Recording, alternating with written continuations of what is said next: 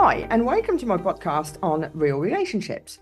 My name is Sophie Passon, and I am a relationship expert, international speaker, and best-selling author of Your Other Half. I decided to start this podcast because, in my opinion, relationships are currently not being portrayed as what they really are.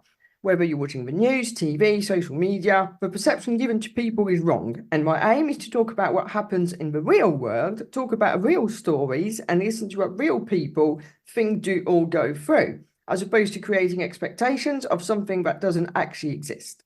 I may not agree with everything that is said by my guests, but it is their chance to express their opinions and their stories. So here today we have Jacqui Olliver, and we are going to talk about sex and intimacy challenges. Hi, Jacqui, how are you? Hi, Sophie. I'm very good. Thank you. I'm so glad to be here. Well, thank you for being here. So tell me a little bit about yourself, please. So my passion for what I do came about from going through sex and intimacy challenges myself. Mm-hmm. And nobody really having the answers. I spent so many years, a little bit before the internet, trying to figure things out and looking for answers to find a way to be able to orgasm. I had a partner with an erectile dysfunction problem, trying to figure out what was causing that. And then when he unexpectedly died on the eve of our 15th anniversary together, I was left feeling very alone and isolated and not really knowing what to do with myself, not having a rudder, not having any purpose, not having any direction. Mm-hmm. And then I decided that I just needed to find the answers. And it wasn't just about finding them for me, but within the quest to find these answers, realizing that there are so many others who also had these problems, who are also looking for answers, and they just weren't to be found mainstream. So that's how I got on the quest, and it's developed into Great Sex, No Problems, which is where I'm at now. Mm-hmm. And I think a bit like before recording this, we were talking how, if you have a task, then really in that task, you probably have another 20 tasks. And it's the same with like not being able to orgasm or erectile dysfunction. There's probably 20 different things under each heading. Yeah, well, that's an interesting thing. What happens when it comes to sex and intimacy, though, is that we were never given a manual for how it all works. If we were lucky enough to receive a sex education, it was all about safety and how not to get AIDS and how not to get pregnant. It wasn't about the mental mechanics of balancing our sexual focus between ourselves, our partner, and the actions of sex. And what that means is that people didn't have the knowledge to fall back on. So if a woman's unable to reach an orgasm, she doesn't know what's caused it. If a male experiences early ejaculation or is unable to get an erection or maintain an erection, he's got no idea how that happened either. And whether it's something that a person experiences right from the first time they have sex, or as what happens in a lot of cases, everything is fine for a number of years, and then suddenly one of these problems happen and there is no knowledge to reference it against. So people have no idea what's caused these problems. They think they're broken. They think they're failing as a human being. They're unable to participate in a fully functioning relationship, and they think that there's no hope. So they'll have these issues for many, many years. I think the thing as well, it's quite, I'm going to talk from my own experience here, but I feel that it's not a new problem. It's probably always been a problem, but it's more of a problem now, I think, because society is more open. If I look at my parents, now, the way I was brought up, and probably because they didn't want me to get pregnant at 12, I'm not sure, but sex was really seen as dirty. And my dad would change the channel if there was, if it was started, let's say you're watching a movie and they start kissing. He would change the channel so that I wouldn't see the intimate scene because that wasn't deemed to be appropriate. I mean, one day he caught me watching Pretty Woman, and as far as he was concerned, that was porn, which I don't think it is, to be fair. But with that is that, I suppose, Catholic, in my particular experience, thing that, sex should only really be done to reproduce. And I mean, I'm lucky I ain't got any issues, But I think that I could very easily have had quite a few. Oh, absolutely. And what's interesting there is that we often learn a lot of the programs that our brain From runs parents. is from our experience in life or our lack of experience or what we've seen our parents do, what we've seen happening around us, and that can influence our ability to relate sexually, relate intimately, relate emotionally, and really affect our whole life experience. So having an education that's actually relevant to what you want to learn, relevant to creating amazing relationships, relevant from dating to being in a fully functioning adult relationship. There are all of these intricacies, going back to what you said about there is one task. Yeah, and there's 20 and things. there are all of those elements within that.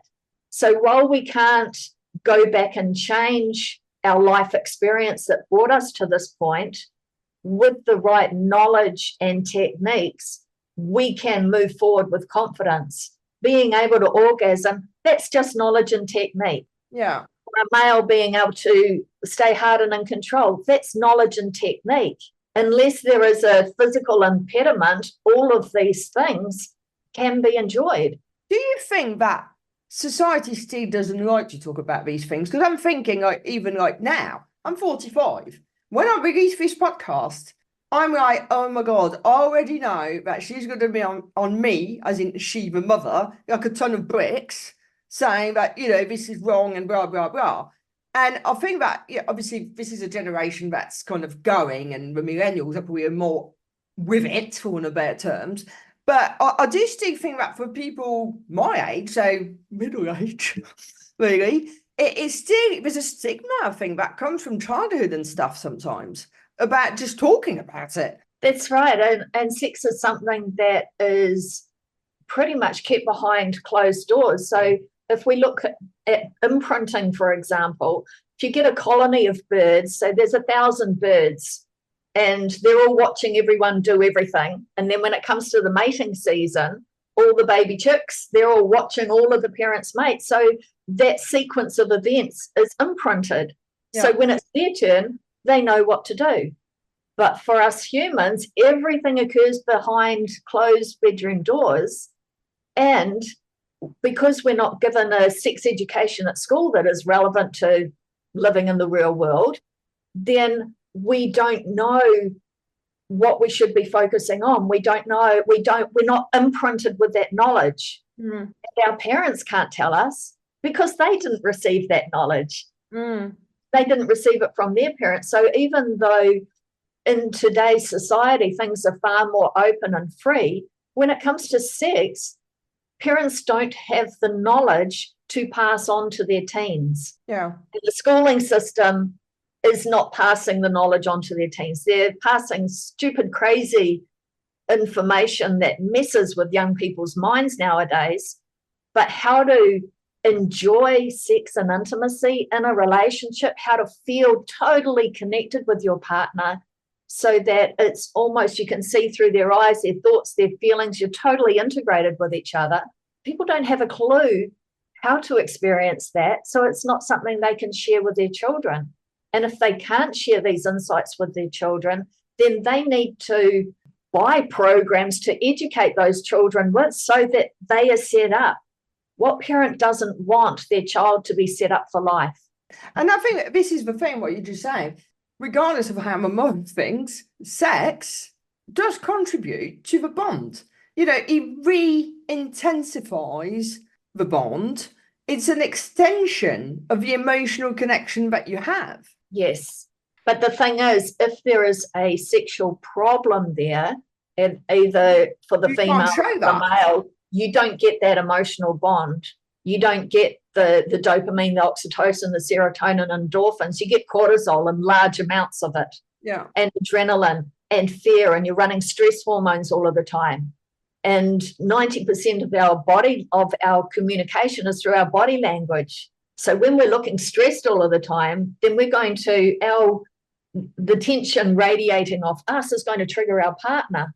And then it becomes a tit for tat sort of a cycle where we're constantly triggering each other emotionally, and then we lose attraction for each other because, you know, no one wants to be around a sulky puss, and all chance of connection is lost.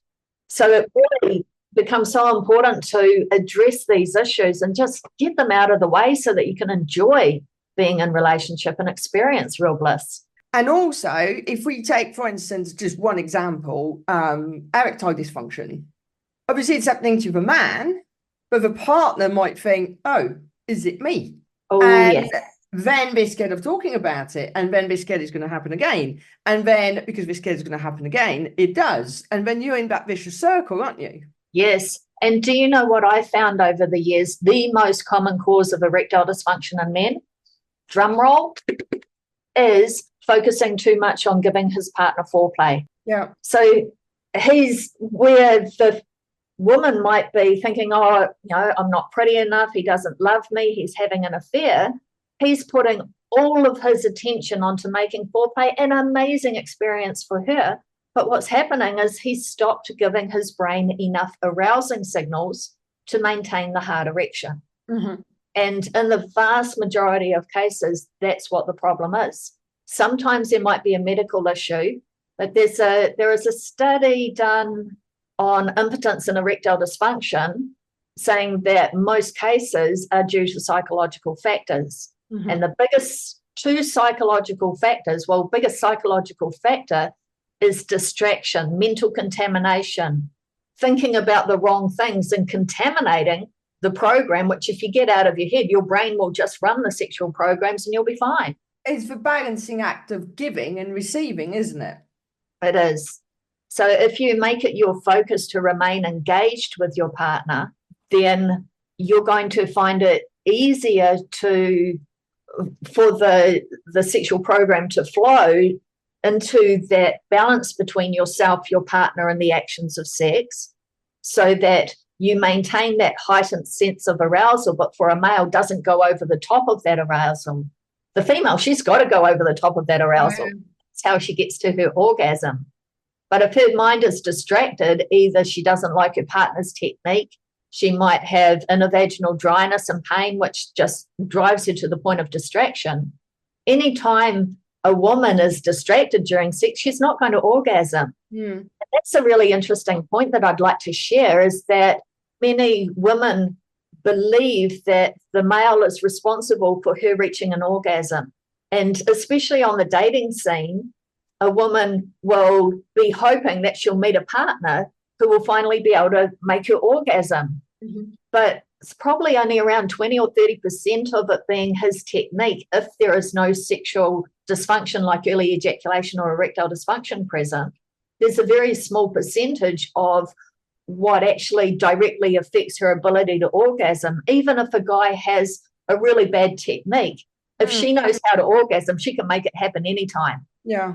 Once women realize this, they realize how powerful they really are and self-empowered, because when we rely on someone else for our happiness and our satisfaction, it's going to be disappointing every time. Yeah. But if we know that we can be in absolute control of our body, absolute control of our arousal, so that we can have the best sex ever, then we're going to feel powerful and sexy and attractive ourselves. And then we become a magnet for our partner, or if we're on the dating scene, we start attracting ideal partners because they're drawn to us because we're not fearful of our ability to relate.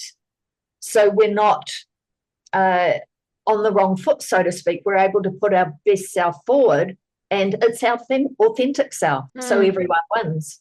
Yeah. What about, just a thought, because obviously you've got the compatibility of people, like, you know, you've got to obviously like what they look like when you first meet, and you've got to have things in common and all of that. But I find sometimes in some customers, there's some issues where one has got a really, really high sex drive and the other one really doesn't. Yes, that can be a challenge. Woman, but in a couple of occasions, it was the other way around. Yes. Usually there's a couple of things here. One thing that affects sex drive is performance issues. So if, for example, it's a female who has the low sex drive, is she able to orgasm? If she can't orgasm, her libido is just going to disappear over the years. If it's a male, does he have performance anxiety? Is he worried about losing his erection or losing control of ejaculation? That's a libido killer. Then we have sexual fantasies. So what level of sexual fantasy does a person need to feel satisfied as a human being? If one level is really high, like likes the thought of orgies and gangbangs and group sex, and the other person doesn't even like giving oral sex, there's going to be a problem. Yeah, definitely. But we can, if the one person is able to bring their fantasy level down, so they just like talking about it, and the other person is able to bring their fantasy level up so they can participate as much as they can to fulfill each other's needs. In many cases, it's a matter of talking about a fantasy play. So if you, like, using porn as an example, because most porn is really bad, there might be a segment of porn, just a really small slice of the pie that you've watched, which was so horny and erotic, and oh my gosh, so arousing, that you would just rewind to that part, and it's only 10 seconds long. It's not long enough when you've got to fiddle with the mouse to make it happen. But you have that in your memory bank, which you can use and pull on. But a game that couples can play is a fantasy game, and it's understanding that the person with a higher fantasy level is going to find it easy, and the lower one doesn't really probably like talking about this kind of thing. So this person on the higher level needs to encourage participation and to lead the fantasy talk. So it might start with something, well, I was walking down the road, and then the partner might say, so I was wearing this very sexy dress, and then she'll say, your turn. And so the partner would say the thing that happens next, and it might just be describing a building that they're standing in front of. Then you're able to integrate this fantasy play without it being threatening to either partner, because as soon as it's threatening, brain's going to shut down, go into fight, flight, freeze, shut down. There'll be no communication and no connection. So introducing fantasy play this way enables a partner to lift their arousal level and participate in the game. Now, I'm going to come back just briefly to, if either partner has sexual function challenges, you've got to fix those first. Yeah. Because that gives you the confidence to engage in fantasy play, to engage in different sexual positions that enhance control and connection. So it's building that desire and that self-desire, because if you're not feeling confident, you're not feeling sexy. If you're not feeling sexy, you're going to have less desire. There'll be less desire for sex, less libido, all of these things. So you have that cascade of problems and their effects that if you solve any underlying sexual function issues, then you've got a solid foundation to build on. Then you can start having fun. And boy, you've got a lot of fun when there's no problems there. But I think really, I mean, it's like everything, isn't it? You need to talk about it, whether for starters with your partner, but then obviously you've got to address the issue. But so many people, when there's a problem, and it's not just sex, it's in general, but they just bury their head in the sand, and that doesn't achieve anything, does it? No, it doesn't. And we might think that we can box things into can we start that area again? So what happens is that when we try and shut down a problem and dismiss it or pretend that it's not important, we know that it's important. We know at our core that we need to do something about it. And you're a dating coach, so you would know with people that they need to deal with those issues that they're hiding, because it's going to affect their ability to relate and to turn a date into an amazing relationship. But if they have that lingering problem there, it's going to affect their confidence. They're going to feel anxious. The further dates they have with a person, they know It's getting closer and closer to Yep. when they're going to be intimate, when they're going to have sex. Is it going to work? Am I going to have that problem? Is it going to, cross fingers, be suddenly gone? You want to make sure those problems are gone, because you never know when you're dating, when you meet that person that just completely rocks your world. But that's the problem, whether it's dating or sex, some people know it's the other person's fault, it's their problem, and they don't do anything about it. That's really sad. I know, And I know. think I can't comprehend it, but I'm watching it and seeing it a lot of the time. yes. And it's because there is no sex education. Well, I provide a sex education that's relevant and engaging and fulfills all of those needs. But when people think that the knowledge isn't out there, when they think that they're broken, when they think that it's someone else's job to make me orgasm, that is just so sad, because most people aren't educated in sex. They haven't got a clue. So if they don't know how to engage sexually, how can they make you orgasm? They can't. But with dating, even, women don't talk to me, right? Okay, well, what are you going to do about it? Oh, well, there's no point, because women don't talk to me. And I'm like, well, you either say as you are, or you do something about it. We could have this conversation in 10 years' time and you still be saying the same thing. And it's the same with the sex, isn't it? Yes.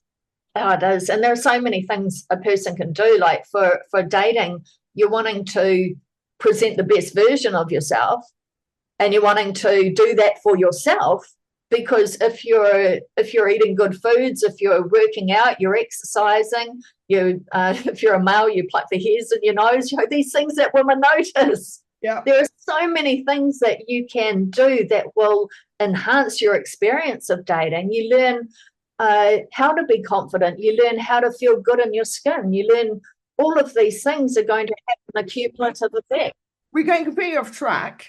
So in terms of sex and intimacy challenges, what do you think people can do to, apart from, obviously, we've already mentioned that bit, start talking about it, acknowledging it, all the rest of it. Once they've done that, what's the next step? You need to upgrade your knowledge base. Yeah. Right? So it's understanding, and it comes down to balancing your sexual focus between yourself, your partner, and the actions of sex. Because how you focus your attention is going to moderate your awareness of arousal. So it's either your focus and actions are either going to enhance sensitivity, which every female wants. Yeah. But for a male, too much of that is bad. He needs to balance that awareness of sensitivity with his actions. It becomes very much like driving a car. When you learn to drive a car, you know that you need just the right amount of acceleration before you take your foot off the accelerator, and then you're in cruise control. I call this in my male program the harden and control mode of operation. You're leading your partner around the dance floor. You're in control of that act. It's an amazing experience for her because you're able to stay engaged. Yeah. When you have the right knowledge, you can stay engaged. You stay connected. If the male starts losing his erection or feels like he's becoming close to ejaculating, he knows exactly how to focus on his partner to balance that out. Yeah. So that she feels his complete attention on him, which is what every woman wants. And for the female, she's able to enjoy the dance. She's able to balance between her awareness of sensations and her connection with her partner. So instead of needing to have all of these changing sexual positions all of the time, which isn't great because it'll get the woman out of the orgasm zone and reset her to build up again. So every change of position, she goes back to that beginning and back to that starting point. She's got to start again. But if she knows how to orgasm, she knows how to just switch that focus back to this action. She's back in the zone. It's allowing it to happen. And then you don't need to last for hours because the time that you have is just amazingly connected quality sex. But at the same time, it's not about the quantity, is it? It's about the quality. So why do you have to go on for hours? Some couples like that. Some couples do. I was recently interviewed for a movie on sex secrets where they talked about having 2-hour sex sessions, and the vast majority of women, I would say, don't want that. Yeah. 20 minutes is great, 10's great, but if it's connected sex, totally connected sex, where you're feeling into each other, where you're completely present with each other, when it's just the most amazing experience, it's mind-blowing, absolutely, for a long period of time, because you know that you can have it again and again and again. Yeah. But you see, the problem, I mean, I don't know about where you are, but in this country anyway, if people have got, let's say, erectile dysfunction or anything like that, what do? Because we're doctors. And they have to pill most of the time. They feel that, if you take a tablet, it's going to sort it all out. Where really it's in their head as much as it is physical, isn't it? It is. And what's interesting, I helped a doctor, a medical specialist, quite some time ago, probably about close to 8 years ago, who had been to medical conferences all around the world trying to find an answer to his erectile dysfunction problem that happened after prostate surgery. And he said that no doctors have the answers for it. They have no idea how to solve it. And he said, your technique works every time. He said, sometimes I feel myself starting to lose the erection, but I know how to immediately get it back. So there's no problem. Yeah. And yes, it's interesting in the statistics. I have done a lot of study to find the statistics on this topic. And there was one study that showed that actually Cleveland Clinic reported that 40% of men under 40 experience erectile dysfunction. So it's not just older men. No. And it is a perception, isn't it? Yes. And then there was another study showing that out of, what was it, about 9% of men who seek treatment for erectile dysfunction, medical treatment, experience success. 9% of all the men who seek medical treatment experience success through that method. It's not a lot, is it?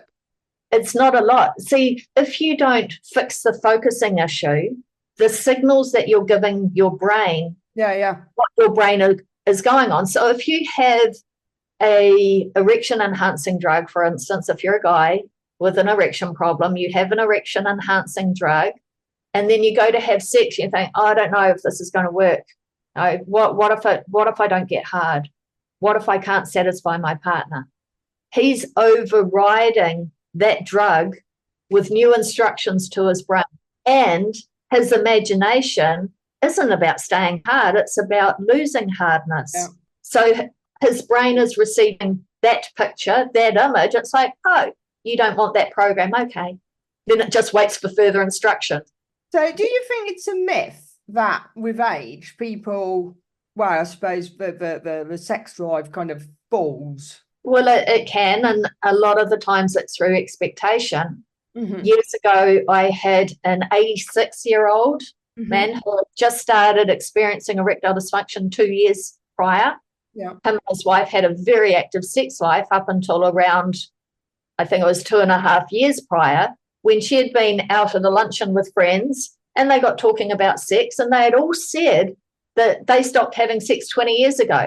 Right. So she was in her 80s, having a fantastic sex life, but then that seed of doubt started affecting her desire. So she would start thinking about it and contemplating it, and she completely switched her libido off. Yeah. And a very active male partner who, like, they had a very active sex life, suddenly wasn't getting the sex that he desired. He wasn't getting any. He had had it on tap for their entire marriage. Now suddenly it was gone, and he was experiencing erectile dysfunction. So taught him how to redirect his focus. Him and his partner decided on him being able to fulfill that need elsewhere, so long as there is no emotional relationship there. It was just that functional aspect. They maintained their happy and pleasurable marriage. He maintained no erection problems and satisfaction in that area. Now, most couples won't go there, but that's also an indicator of a strong relationship where you have boundaries, both partners know what they want, what their expectations are of each other. But also it comes down to a physical issue where if you're having intercourse 2 or 3 times a week, healthy sex life, right? Mm. If you only use your leg muscles 2 or 3 times a week, 10 minutes at a time, would you stay strong? No. Yeah. If you do pelvic floor exercises, then that's going to strengthen all of those downstairs operations, including your bladder, your rectum, and your sexual organs. I can share that exercise with you now if you like, the best one. Yeah, go for it. Okay, so if you flex your genitals as though you're making a fist with them, or as though you are stopping the flow of urine, same action. Just hold it contracted for the count of 5 and then relax. Contract, count to 5. If you find yourself struggling to count to 5, you need to do this exercise. Right. And then you're going to do 10 repetitions in a row, 3 times a day. Week 1, every week for 5 weeks, you're adding 10. Mm-hmm. So week 2, you're doing 20 3 times a day. Week 3, 30, up to week 5, 50 3 times a day. Week 5, you would have restored health, strength, function to a great degree. Yeah. It will take you back to being 25 years old. So it helps men with prostate issues. It helps women with weak bladder challenges. And so it just it's just that physical component. For me, from my experience, it's that physical component solves that part of the equation. Well, that's what I think that's quite interesting, isn't it? People probably think, oh, this is all it's going to be complicated, and it's not complicated, is it? No, it's very logical. I've had so many clients say it seems so simple and logical, as though I should have known this. Yeah. But when we have a sexual function issue, we need to break it down into the simple steps so that you can recognize where you're going out of sync. Yeah. Once you understand, it's like, erectile dysfunction, you may be focusing too much on your partner, not enough on your own arousal. A man with premature ejaculation, way too focused on his own arousal, or not on himself at all, but how arousing his partner is. That has the same effect on his brain. For most women, it's just that mental distraction, not thinking about anything related to sex. And so how does her brain know that she wants an orgasm? It becomes so simple. So, Jacqui, we're getting towards the end of our time together already. Could you share one final pearl of wisdom, please? Confidence is sexy. Confidence is sexy. So that's confidence in all areas of your life, as you know. Yeah. Confidence makes you feel good. Confidence leads to solid relationships, happy relationships, healthy relationships. Because when we're not feeling confident, we tend to lean more towards being emotionally or sexually needy, which can be quite off-putting for a partner. So do what you can to update your knowledge base, work with a coach, work with someone who's going to shortcut that process for you. You can spend years searching the internet and completely overwhelming yourself with the wrong knowledge. Yeah. So what you need to understand is the sequential steps so that you know how to go from point A to point B and have a whole lot of fun in between, just like you do with your coaching. Yeah, completely. Well, Jacqui, thank you so much for your time today. Really interesting subject. And for everybody else, if you enjoyed the show, then please subscribe, give us a review, or more importantly, come back for the next episode. Thank you.